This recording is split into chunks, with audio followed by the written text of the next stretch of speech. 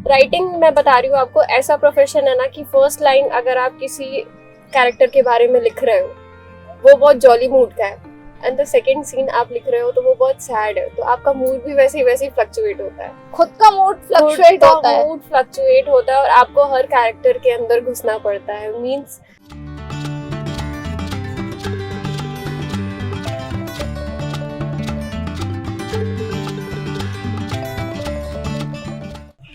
नमस्कार, youth wings पहुंच गया है अपनी अगली खास शख्सियत के पास। तो आज यूथ विंग्स की टीम आ पहुंची है बिलासपुर बिलासा ताल में। तो हर बार जैसे कि आप सभी जानते हैं कि हम एक खास शख्सियत से मिलते हैं, उनसे कुछ उनके बारे में बातें करते हैं, उनके किए हुए काम के बारे में बातें करते हैं कि क्या खास है जिसकी वजह से वो युवाओं के लिए प्रेरणा बने हुए हैं। तो आज जिनसे हम मिलने वाले हैं, आप इनको राइटर कह लीजिए, आप इनको एंटरप्रेन्योर कह लीजिए, आप इनको डिजिटल मार्केटिंग में एक्सपर्टीज के साथ बात कर लीजिए। तो शिवानी कुमार जो है वो यंग राइटर हैं। आई गेस आपकी first book when you were 20 years old। या चर्चा की शुरुआत यहीं से करते हैं। किताब लिखने की जो पहली सोच थी वो कहाँ से आई? एक्चुअली किताब लिखना is not my main focus. सबसे पहला मेरा था कि मुझे स्टोरीज बतानी है, और वो भी डिफरेंट मीडियम से, चाहे वो डॉक्यूमेंट्री हो, चाहे मूवीज हो, चाहे बुक्स हो। तो फर्स्ट ऑफ ऑल हम जब स्कूल मतलब कॉलेज में थे तब उतना ज्यादा पता तो था नहीं कि क्या कैसे शूट करना है। तो आई स्टार्टेड राइटिंग बुक। ठीक है, पहले मैंने ब्लॉग से स्टार्ट किया, फिर उसके बाद ई बुक्स पे आई, फिर उसके बाद उस टाइम तो वो बुक पूरी नहीं हो पाई, बट जब पैंडेमिक हुआ तब एक्चुअल टाइम मिला और तब मैंने बुक को स्टार्ट किया। और जॉइंट फैमिली फर्स्ट नॉवेल है, बट उससे भी पहले बहुत सारी ई बुक्स छप चुकी थी। तो जॉइंट फैमिली का सबसे बड़ा लिखने का मुद्दा ये था कि एक तो कोविड का टाइम था और उस टाइम गांजे पे बहुत ज़्यादा बात हो रही थी। तो लोग गांजे को बहुत बुरी तरीके से भी लेते, बहुत अच्छी तरीके से भी लेते हैं, और यूथ में वो बहुत ज्यादा फेमस था। तो मेरा था कि कहीं ना कहीं इसको जोड़ के और जॉइंट फैमिली को जोड़ के हम एक बहुत अच्छा कॉम्बो बना सकते हैं। तो बुक का नाम ही जॉइंट फैमिली है, not like regular joint but like joint, जो आजकल यूथ के बीच में बहुत ज्यादा फेमस है। और उस टाइम सुशांत सिंह का भी केस हुआ था, जो कि बहुत लेजिट था कि हाँ ऐसा भी है, ये भी एक बुरी भी लत लग सकती है। तो उसी के अराउंड पूरी की पूरी बुक है। बुक में एक्चुअली उन लोगों के बारे में फोकस किया गया है जो कि राजीव गांधी ने जब गांजा बैन हुआ था उससे पहले की स्टोरी है। जब फार्मर्स थे उनके, और फार्मर्स उसके बैन होने के बाद उनके लाइफ स्टाइल पे क्या क्या इफेक्ट पड़ा, तो उसी के अराउंड पूरा का पूरा स्टोरी चलता है। किसी को भी अगर लिखना है ना तो चालू कर देना चाहिए, वो वाला चीज है। और वो मुझे समझ में आ गया था, तो मैंने पहले से ही लिखना चालू कर दिया था। सब बोल रहे थे कि पैंडेमिक खराब है, बट मेरे लिए पैंडेमिक बहुत अच्छा था, क्योंकि मेरी फर्स्ट नॉवेल उस टाइम कंप्लीट हो गई थी। और दिसंबर 25, 2020 में जॉइंट फैमिली रिलीज हुई, और उसका इतना अच्छा रिस्पॉन्स था कि बेस्ट सेलर में थी वो अमेज़न की।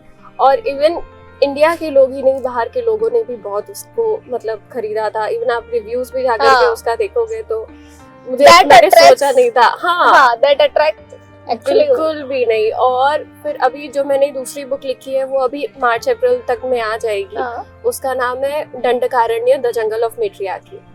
So that is completely based on Dandakaranya region, means our Chhattisgarh region, and the matriarchy people. Very nice. So here we are. आज से एक डिकेड पहले जब हम वुमेन्स की, फीमेल्स की बात करते थे तो थोड़ी कहीं मुश्किलें दिखती थी प्रोफेशनल फ्रंट पर, लेकिन आज जब हम बात करते हैं 21वीं सदी में 2020 के बाद की, तो ऐसे कुछ एग्जाम्पल्स हैं हमारे पास। तो चलिए हम अपनी बातों को आगे बढ़ाते हैं। तो सेकंड जो सबसे ज्यादा ट्रिक कर रहा है मेरे दिमाग में, स्ट्राइक कर रहा है, वो ये है कि सारे शौक तो बड़ों वाले पाल रखे हैं। कुछ ऐसा है बचपना जैसी चीजें, कोई ऐसी हॉबीज, कोई ऐसी हरकतें कि इन सारी चीजों से भी हटके। एक्चुअली काम में ही फन होता है ना। Okay. तो मेरा वही है, मुझे मूवीज बहुत पसंद है और कहीं ना कहीं मूवीज बचपन से घर मूवी पे पसंद है इसलिए मूवी बनाने के अब बनाने का हमने सोच लिया। ठीक है, मूवीज पसंद है और एक्चुअली वो घर पे ही था कि घर पे भी सब हम लोग संडे टू संडे या कभी भी रात को हम बैठ के मूवीज देखते थे। ठीक है। तो वो चीज बहुत ज्यादा अट्रैक्टिव थी मेरे लिए हमेशा से और कहीं ना कहीं मैं इसीलिए उस लाइन पर आई हूँ। हाँ। तो स्क्रिप्ट्स पूरी रेडी है, बस ये है कि अब कब बने वो वाला हाल है। और बचपना वाला खाने का बहुत शौक है खाना तो मतलब मम्मी के हाथ का, और बाहर रहे हैं ना हम लोग, तो बाहर रहने के बाद तो अब लगता है कि बस घर का खाना चाहिए। आगे के क्या प्लान्स? आगे का प्लान्स तो अभी मूवीज का है, मूवीज में अभी लगे हुए हैं हम लोग 2-3। एक एम्स के साथ प्रोजेक्ट चल रहा है ऑटिज्म का, एम्स दिल्ली, तो वो अभी स्टार्ट होने वाला है उसका शूट मार्च में।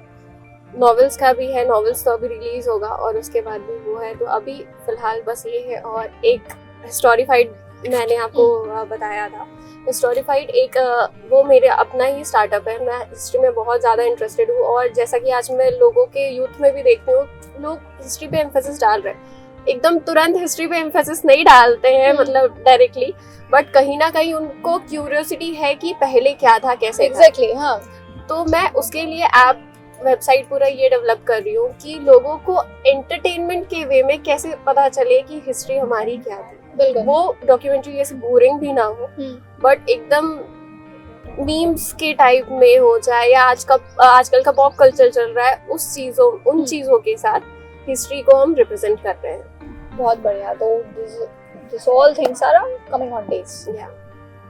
शानदार प्रोजेक्ट है, बेहतरीन शुरुआत है। आने वाले समय में हमको छत्तीसगढ़ की एक बड़ी और बेहतरीन डायरेक्टर हम कह सकते हैं, फिल्म मेकर कह सकते हैं, राइटर कह सकते हैं सारा एक कंप्लीट पैकेज हमको यहाँ पे मिल रहा है। आपकी एज के और भी बहुत सारे लोग हैं, उनको आप क्या कहना चाहेंगे? उनको मैं ये कहना चाहूंगी कि आपके मन में जो भी है आप वो स्टार्ट कर दो। वेट करने से कुछ नहीं होता। मतलब अगर मैं वेट की होती तो शायद मैं अभी तक नहीं होती। ऑब्वियसली फेलियर्स हुए हैं स्टार्टिंग में, बहुत ज्यादा टाइम मतलब खुद को देना पड़ा और ऐसा नहीं था कि हाँ मैं घूमती नहीं थी या फ्रेंड्स के साथ बाहर नहीं जाती थी, मैंने सब कुछ किया है। बट मेरा एक प्रायोरिटी रहता है कि अगर मुझे ये पसंद है तो मैं आज उसको कर लूंगी। तो वो वाला चीज आप लोग भी अपने अंदर रखिए कि अगर आपके लिए फिल्म मेकिंग एक आर्ट है या आपका वो पैशन है तो आप उसको अभी से बनाना चालू कर दो। मतलब छोटी से छोटी चीजें बनाओ। आजकल सोशल मीडिया प्लेटफॉर्म्स बहुत ज्यादा आपको सपोर्ट कर रही है। तो बस एक क्रिएटिव पर्सन के साथ बात करने का ना ये एक बड़ा फायदा होता है कि आप आउट ऑफ द बॉक्स जाके बात कर सकते हैं। अभी हम सिर्फ बॉक्स में बात कर रहे थे, थोड़ा सा आउट ऑफ द बॉक्स चलते हैं। पहला क्वेश्चन एकदम उटपटांग सा विचित्र सा जो आप समझ लें। क्रिएटिव पर्सन है, बहुत जॉली नेचर आपका मान ले, तो जब suppose to be Shivani Kumar अगर चांद पे पहुंच जाए तो क्या करेगी? शिवानी कुमार चांद पे पहुंच जाए तो सबसे पहले चांद को ऑब्जर्व करेगी। कैसे? देख करके। मेरे को सबसे पहली चीज, मैं लोगों को ऑब्जर्व बहुत करती हूँ, तो लोगों की हर जगह हर चीजों को मेरे ऑब्जर्व करने की और सुनने की बहुत ज्यादा ये ताकत बोल सकते हैं कि बहुत लोग सुन नहीं सकते हैं। मेरे को दिन भर बैठा दो, मैं दिन भर कुछ भी सुन लूंगी, कुछ भी देख लूंगी, मेरा वो वाला हाल है। तो मैं चांद पे अगर जाऊंगी तो ऑब्वियसली मैं हर चीजों को एक्सप्लोर करूंगी और अगर एलियंस हुए वहां पे तो सीरियसली तब तो मजा आ जाएगा मुझे। मैं चाहूंगी कि मैं उनसे बात करूं। अगर वो अटैक भी करना चाहेंगे ना तो यार प्लीज अटैक थोड़ी देर बाद मुझे देखने दो पहले। तो ये वाली बात है। इमेजिनेशंस कैसी रहती है? हिस्ट्री के बारे में लिखते हैं, प्रैक्टिकल चीजों के बारे में लिखते हैं, वो ठीक है। इमेजिनेशंस अलग अलग टाइप की हैं। आप अलग अलग जॉनर बोलोगे तो मैं उसमें भी कर लूंगी, बट अपना जो इमेजिनेशन रहता है ना वो बहुत डिफरेंट चले जाता है। मतलब जिस सिचुएशन में मैंने खुद को कभी देखा नहीं है, खुद कभी गई नहीं हूँ, मैं उस सिचुएशंस पे लिखी हूँ। फॉर एग्जाम्पल, मैं कभी गाँव नहीं गई हूँ, मैं गाँव में कभी रही भी नहीं हूँ, बट मेरी जितनी भी स्टोरीज आप पढ़ोगे या जितनी भी देखोगे सब गाँव पे बेस्ड है। I don't know how. और मेरे को प्रोजेक्ट्स भी ऐसे आते हैं मूवीज के कि आप शिवानी ये गाँव पे बेस्ड है तो आप इसका लिखना क्योंकि आपका कोर स्ट्रांग है। और मुझे वो चीज समझ में नहीं आती कि वो कैसे है। कहीं ना कहीं ये हो सकता है कि ग्रैंड पेरेंट्स के साथ बड़े होते होते वो वाली चीज एक आ गई है कि वहाँ पे ऐसा होता था, ये होता था, वो चीज है। और इमेजिनेशन का सबसे खतरनाक चीज आपको बताऊं, मैं खुद एक ह्यूमरस पर्सन नहीं होती। तो लोगों के साथ रहते रहते या देख करके मेरी स्क्रिप्ट भी बहुत ह्यूमरस वो होने लगी है, वो चीज बहुत फर्क पड़ती है। तो मतलब ये जो भी राइटिंग है उस पे ग्रैंड पेरेंट्स का आउटकम हमेशा रहा होगा, हमेशा ऐसी कुछ चीजें रही होंगी कि हम तो कभी उस एरा में उस एज में वापस नहीं जा सकते, तो उनकी चीजों का असर हमेशा इम्पैक्ट दिखा होगा। लेकिन आज की चीजें जो हैं, आप तो आज की जनरेशन में हैं, हाँ। पुराना लिख रहे हैं, आगे आने वाला फ्यूचर फिक्स है। इस बीच में हमने जो लोग हैं उनसे भी सारी बातें कर ली।